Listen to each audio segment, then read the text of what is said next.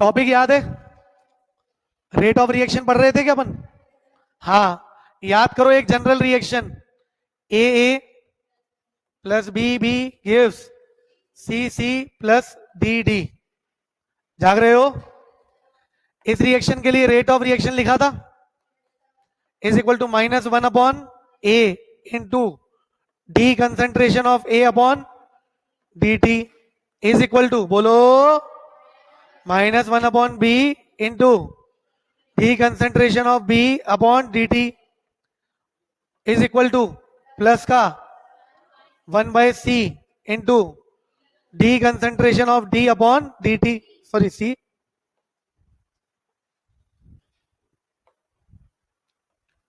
और लास्ट में प्लस का 1 upon D into concentration of D upon D T. याद है क्या?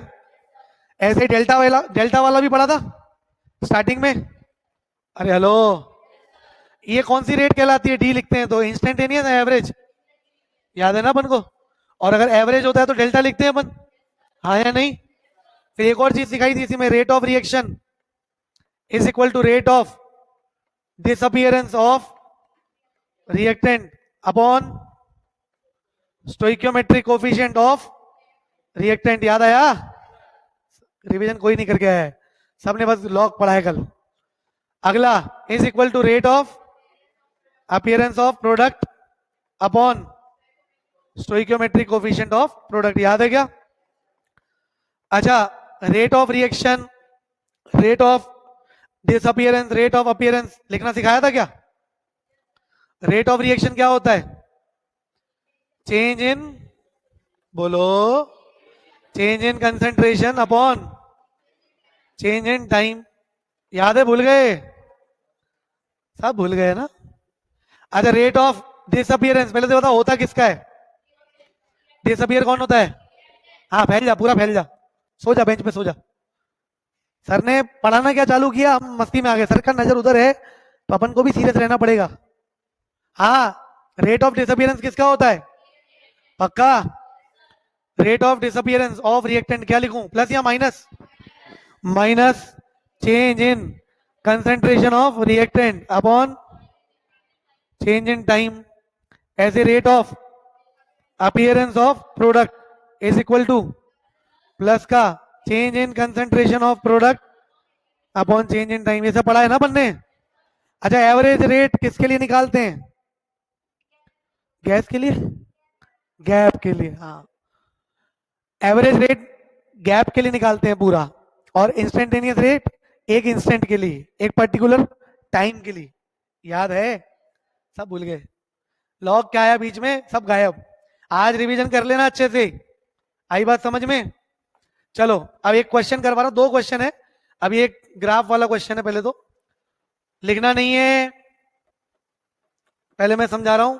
फॉर अ रिएक्शन, रिएक्शन दे रखी है ए गिव्स एन बी,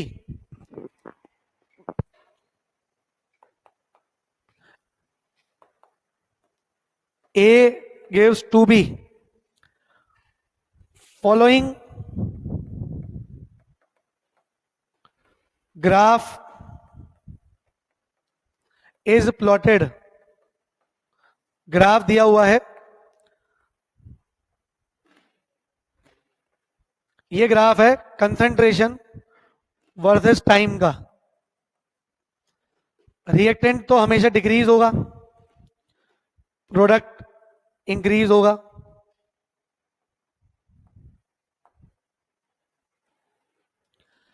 इसमें ये तो ग्राफ है रिएक्टेंट का, ये है प्रोडक्ट का। नहीं भी बोले तो अंडरस्टूड होता है, रिएक्टेंट पहले मैक्सिमम होता है फिर कम होने लगता है, प्रोडक्ट 0 से स्टार्ट होता है और बढ़ता रहता है। हाँ या नहीं? अब इसमें कुछ वैल्यूज दे रखी हैं, जैसे ये वैल्यू दे रखी है 0.8 मोलर। ये जो वैल्यू है प्रोडक्ट की, ये है 0.4 मोलर। ये है टाइम 1 सेकेंड।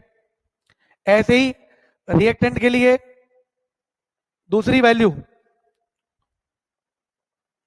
जो कि सेकेंड पे है, ये है 0.6 मोलर।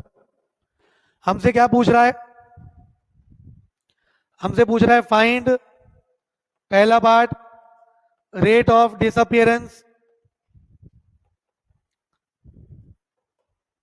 ऑफ ए, और दूसरा part rate of appearance of B, और तीसरा part rate of reaction. Rate of reaction रहने दो भी।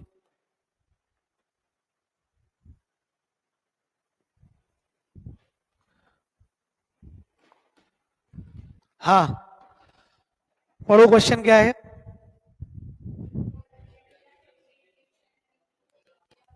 A gives NB, following graph is plotted। क्या क्या फाइंड करने को बोल रहा है? अब कुछ नहीं, सिंपल डेफिनेशन लगानी है। रेट ऑफ डिसअपियरेंस ऑफ ए, ए कौन है? रिएक्टेंट है ना। क्या फॉर्मूला है? Minus change in concentration of A upon change in time. जाग रहे हो ना? तो इधर कैसे आ गया? अच्छा, अब ए का कंसेंट्रेशन, कई बार तो देखो क्वेश्चन में डायरेक्ट लैंग्वेज में दे रखा है, जो अपन ने लैंग्वेज वाले क्वेश्चन किए थे। यहां ग्राफ को स्टडी करना पड़ेगा। ए के लिए ग्राफ कौन सा है? ये वाला। इसका इनिशियल कितना है बेटा? 0.8। 0.6 जो है वो 2 सेकेंड पे दिया हुआ है, हाँ या नहीं? तो बस पुट कर दो। चेंज हमेशा कैसे निकाला जाता है बस ये पता होना चाहिए। चेंज का मतलब होता है फाइनल माइनस फाइनल। इसका 0.6 है, माइनस इनिशियल कितना है इसका?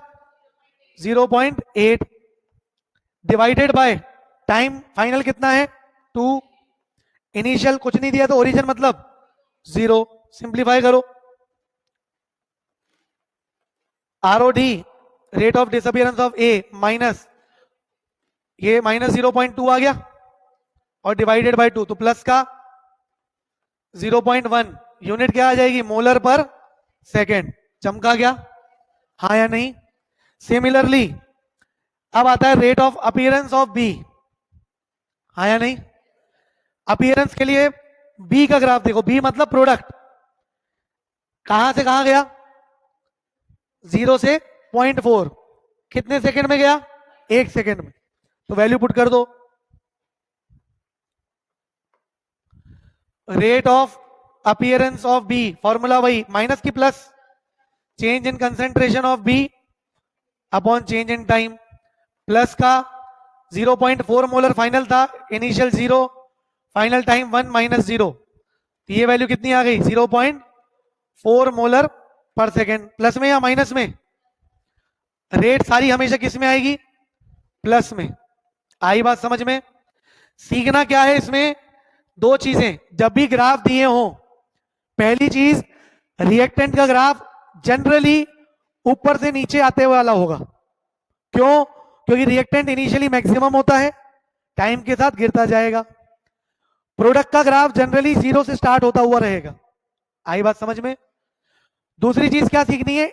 डेफिनेशन जब भी लगाओ रेट ऑफ डिसअपियरेंस में या अपीयरेंस में, चेंज का मतलब हमेशा क्या होता है? Final minus.